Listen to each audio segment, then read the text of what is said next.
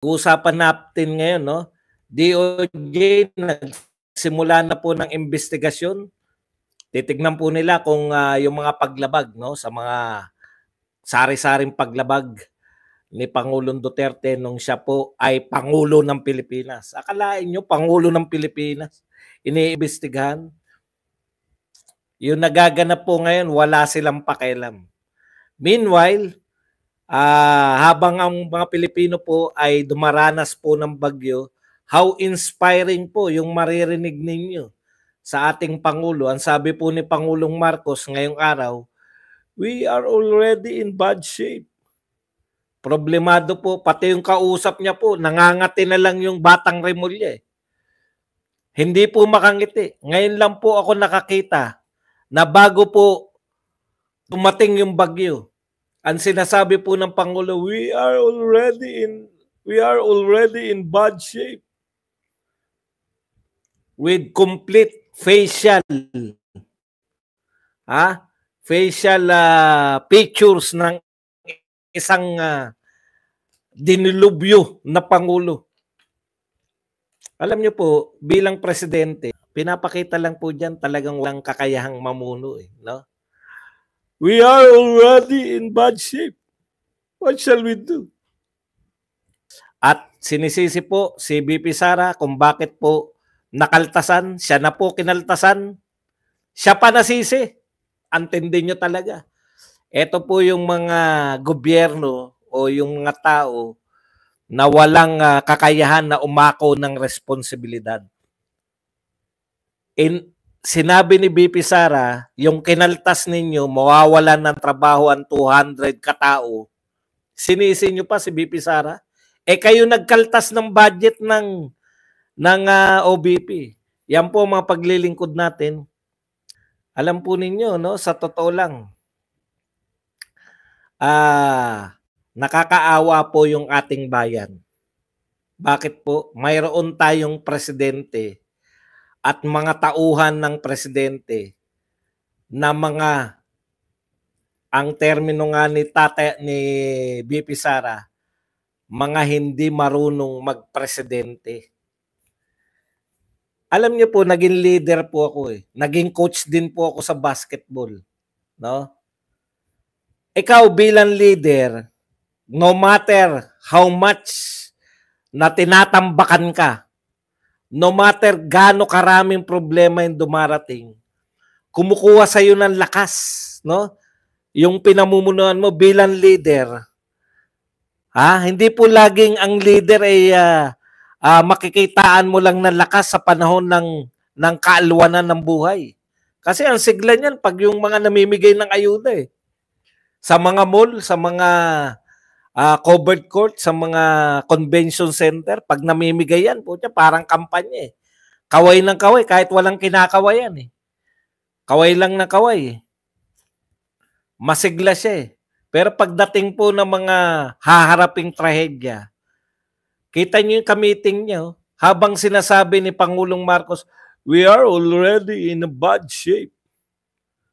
Parating pa lang po ang bagyo. Ang naririnig mo sa Pangulo ng Pilipinas, buti nga wala nang umiintindi sa inyo Mr. President, buti nga busy ngayon ng mga tao lahat nakatutok sa mga Duterte. Swerte kayo. Kasi kung iniintindi na naman kayo na naman yung sentro ng kitang-kita po talaga ang lungkot yung tatlong kausap niya. Si Remulla, yung DILG, at ewan ko, hindi ko kilala tong tatlo na to. Very inspiring. Alam niyo si Tatay Digong, nung naging presidente siya, mas malalakas pong bagyo. Hindi pa po kasama tong mga bagyong hinaharap ni Marcos. Hindi pa po kasama ang mga super typhoon na pinakamalalakas. 4 po sa 10 pinakamalakas na bagyo dumating nung panahon ni Duterte.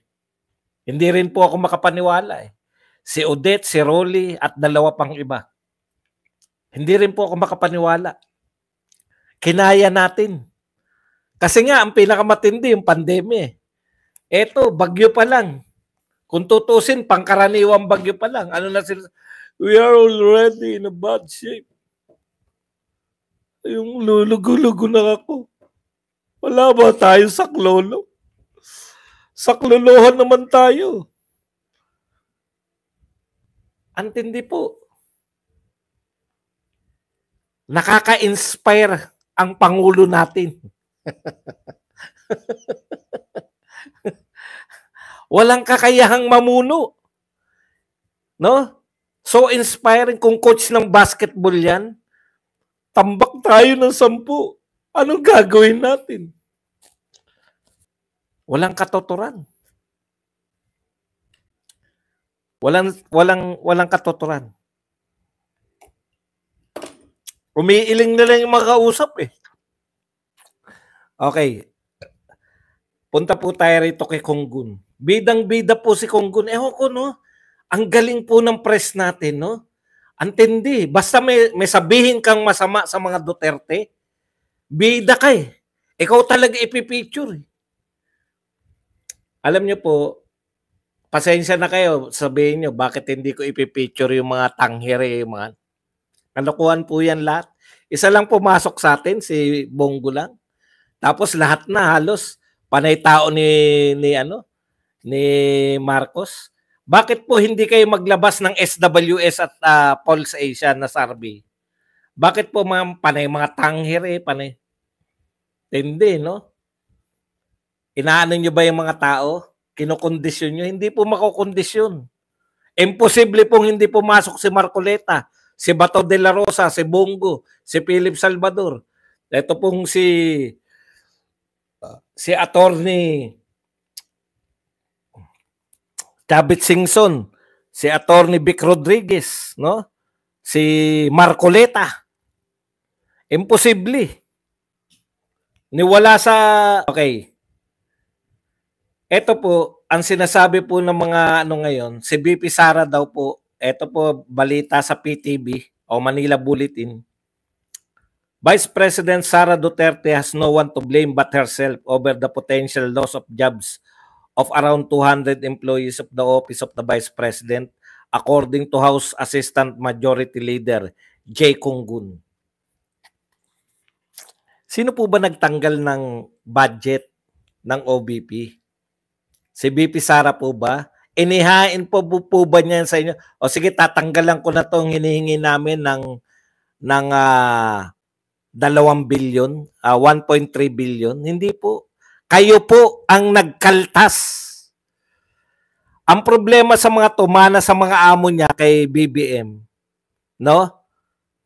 Hindi marunong umako ng responsibilidad. Ano sinasabi lagi ni Tatay Digong? I take full responsibility. Kahit po yung mga lahat ng mga kahit na AJK, I take full responsibility. Kasi akin yan eh. Kayo po nagkaltas. Ipapasa nyo iba sa iba yung blame. Kayo sa House of Representatives nagkaltas ng budget ni BP Sara. Ang sisisihin nyo si BP Sara. Ayun po yung pagkakaiba ng mga taong mayroong pag-ako ng responsibilidad sa mga taong alam na nila na mali yung ginagawa nila pero isisisi lang sa iba. Alam nyo na palang mali, nakaltasan ng budget yung Office of the Vice President. Tandaan po ninyo, mga mamamayang Pilipino, ang patuloy na nagtatrabaho na walang press, walang nagko-cover ng press.